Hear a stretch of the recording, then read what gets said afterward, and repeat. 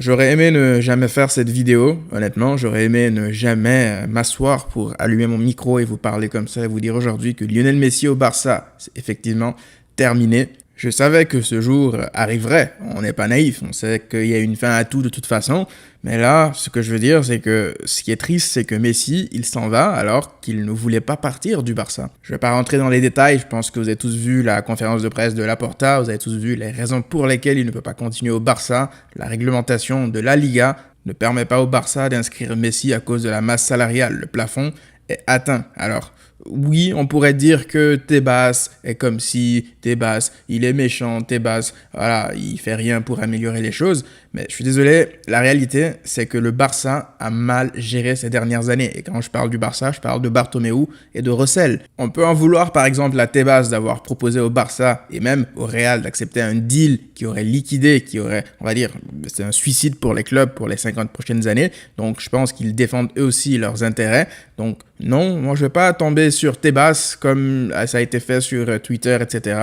Oui, je peux comprendre que la frustration soit là, que Tebas ne fait pas, on va dire, des assouplissements pour que Messi puisse rester au Barça et donc en Liga, mais les réels responsables, ce sont les clubs et principalement le Barça, Bartomeu et sa mauvaise gestion. Aujourd'hui, le Barça a été mal géré. Quand on disait que la gestion de Bartomeu nous ferait mal par la suite, après on ne s'attendait pas que ça nous ferait mal aussi vite. Là, on a senti les premières conséquences de ça. Laporta a choisi l'avenir du Barça à celui de Messi au Barça. Après, Laporta, on peut le critiquer parce qu'il a fait des promesses, parce qu'il a dit que tout allait bien. Là, je peux rejoindre beaucoup de personnes. Là-dessus, il n'y a aucun souci. Par contre, dire que Laporta n'a pas réussi, par exemple, à prolonger Messi, je suis désolé, Laporta a dit que tout était réuni. Il avait réussi le plus dur quelque part. La première étape, faut pas l'oublier, c'était de convaincre Messi de rester au Barça. N'oubliez pas que Messi était à deux doigts de traîner le Barça en justice et que même après l'arrivée de Laporta, il disait qu'il ne signerait au Barça de nouveau que si le projet sportif lui convient. Et malgré tout ça, Laporta avait réussi à le convaincre de prolonger au Barça. Là n'est pas le problème. Faut pas oublier que Laporta est en train actuellement de gérer, entre guillemets, je suis désolé d'employer un terme pareil, la merde de Bartomeu. C'est clair et net, faut le dire. Après, encore une fois, je suis d'accord. Laporta non plus n'est pas exemple de tout reproche et on en parlera en temps voulu. Là, en fait, moi, ce qui m'intéresse, c'est plus, c'est quoi l'avenir du Barça? Qu'est-ce qui attend désormais le Barça? Parce que, à lire plein de personnes sur les réseaux sociaux, on a l'impression que c'est la fin officielle du FC Barcelone, que ça y est, le club est terminé, qu'on ne va plus rejouer au plus haut niveau, etc.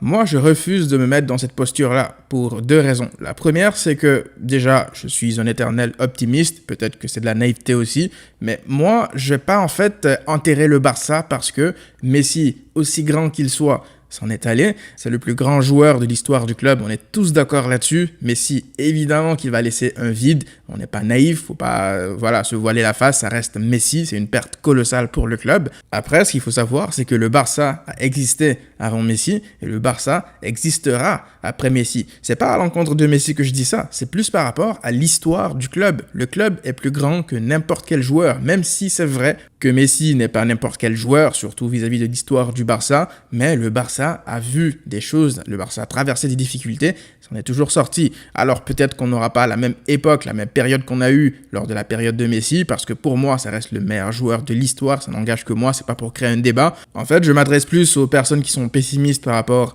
au futur du Barça, qu'est-ce que le Barça va devenir, des personnes qui pensent que le Barça ne pourra plus attirer des joueurs parce que Messi n'est plus là, etc.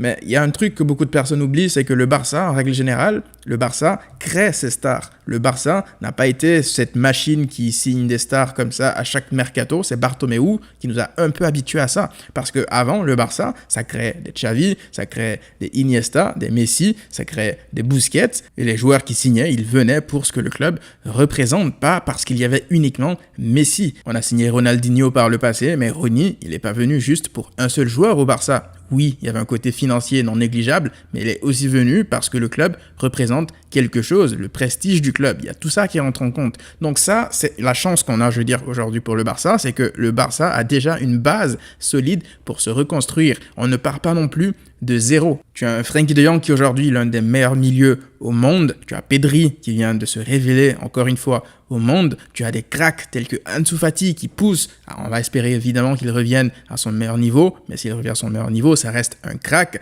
Tu as des joueurs tels que Depay qui viennent pour ce que le club représente, qui sont prêts à baisser leur salaire pour signer au Barça, pour ce que le club représente, son prestige, tout ce qu'il y a autour. Donc c'est sur cette politique-là qu'il va falloir continuer, pas d'aller chercher des joueurs qui nous coûtent 150 millions d'euros et qui exigent des salaires astronomiques pour signer au Barça. C'est terminé ça, faut donner la place aux jeunes, faut pousser. Et quand je parle de ça, justement, je vais faire la transition pour parler justement de Laporta. Il a fait comprendre que les nouveaux capitaines du club vont devoir guider les jeunes. Non, ça c'est une erreur. Les mêmes capitaines qui ont conduit aux humiliations du Barça ces dernières années, qui sont aussi en partie responsables du fait que Messi parte, ce ne sont pas eux qui sont censés mener une nouvelle génération, ce ne sont pas eux qui sont censés rester au Barça alors que Messi s'en va. C'est juste lunaire juste de le dire. Je ne peux pas accepter que des Sergio Roberto, que des Jordi Alba, que des Piqué soient, on va dire, des personnes qui représentent le Barça alors que Messi, lui, est obligé de s'en aller. C'est injuste. Pourquoi? Donc Laporta, il sera également jugé là-dessus. Aujourd'hui, Messi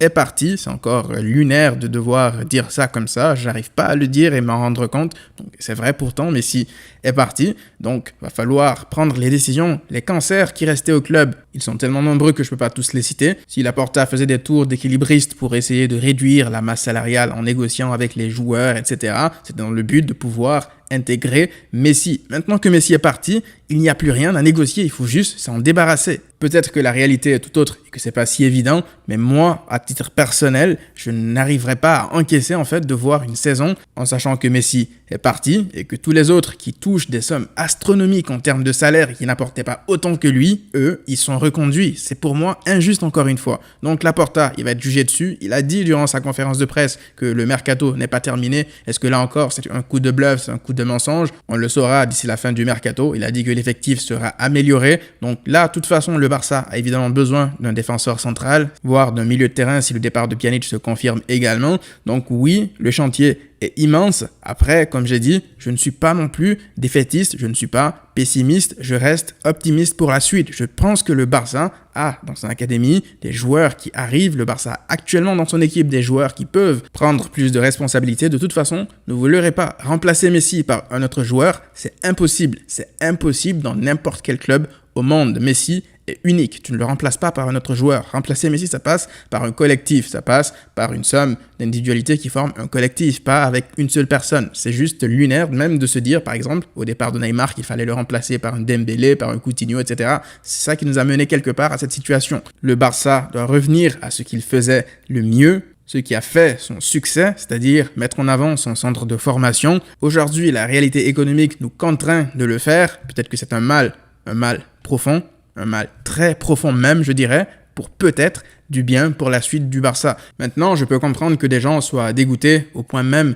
de pleurer. J'avais dit hier sur Twitter que c'est pas non plus la fin du monde et qu'on va pas s'immoler par le feu. Après, je peux totalement comprendre les gens qui, émotionnellement, ont tellement vécu la période Messi, ils n'ont connu limite que Messi, qu'ils sont dévastés. Donc ces gens-là, je peux les comprendre. Donc franchement, pleurez si ça vous fait du bien. C'est pas péjoratif ce que je dis là, c'est vraiment par rapport aux gens qui vont vous dire « Oui, mais tu pleures pour du foot », ils ne pourront pas comprendre. Moi, à titre personnel, j'ai vu le départ de Ronaldinho à l'époque, donc j'encaisse mieux ce genre de choses. On va pas dire que ça ne me fait rien du tout parce que ça reste Messi, ça reste le meilleur joueur de l'histoire du club, encore une fois, je le répète, donc forcément que ça te donne un sacré coup dans la face, mais avec le temps, voire même avec l'âge, j'ai réussi, on va dire, à avoir un peu de recul par rapport à toutes ces choses-là. Il y a pire dans la vie, il y a des gens qui perdent des proches. Moi-même, j'ai perdu des proches assez récemment, donc je sais aussi relativiser ce genre de choses. Donc oui, je peux totalement comprendre les gens qui sont dévastés par rapport à cette information. C'est normal, avec le temps, ça ira mieux, vous arriverez à encaisser. Si aussi le Barça réussit à renverser la vapeur, on espère que ça sera le cas. De toute façon, on supporte le Barça, quoi qu'il arrive.